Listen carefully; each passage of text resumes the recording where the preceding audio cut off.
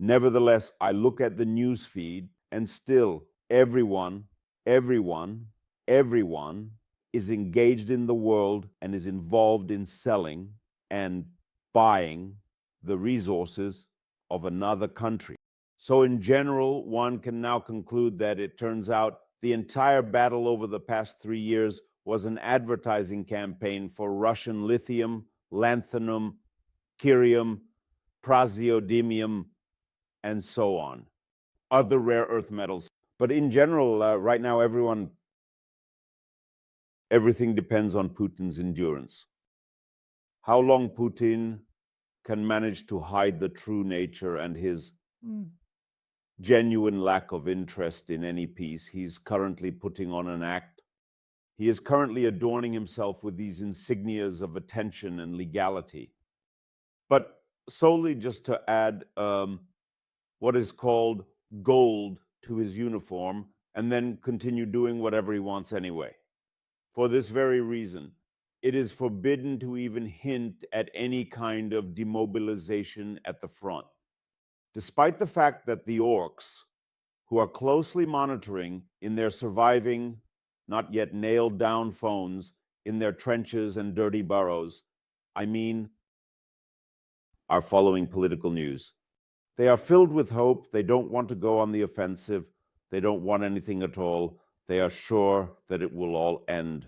There will be no demobilization. At least it wasn't anticipated.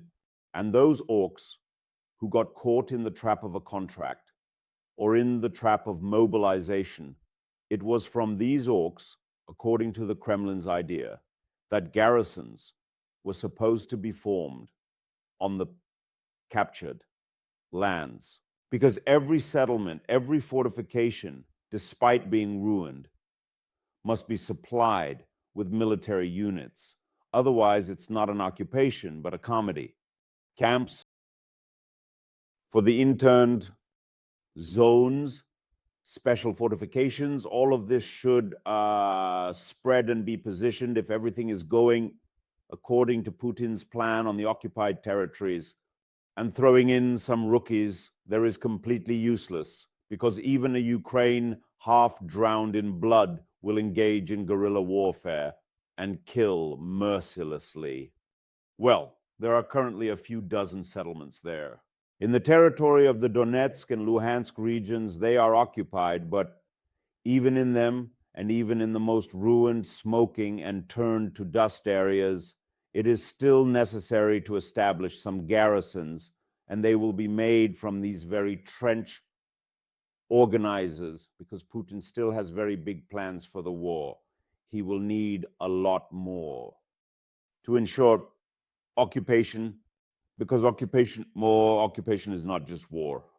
It's a separate story, a separate, extremely complex, logistically, organizational, operation, bloody, exhausting. It's another war, only slow, grim, and lasting several decades. For example, if everything goes according to Putin's plan, it will reach the point where a Russian orc can run to the toilet without machine gun cover. Because when it comes to occupation, everyone assumes it's something like this, a situation that naturally follows. Not at all. Believe me, the general plan for the occupation of Ukraine, which several departments of the General Staff, Headquarters, FSB, Ministry of Emergency Situations, and Ministry of Health spent 2 years writing, is a multi-volume cartographic work. And the occupation itself is, well, essentially another war and another injection of massive colossal actions.